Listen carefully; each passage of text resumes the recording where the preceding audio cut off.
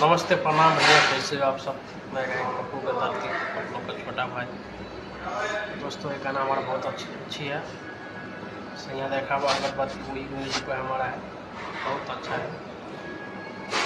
हाटे चढ़ल बाई संजवानी हो, हाटे चढ़ल बाई संजवानी हो, अरे उमर भैला ठाड़ के पार हो, छौरी खोजली भातार हो, छौरी खोजली भातार हो।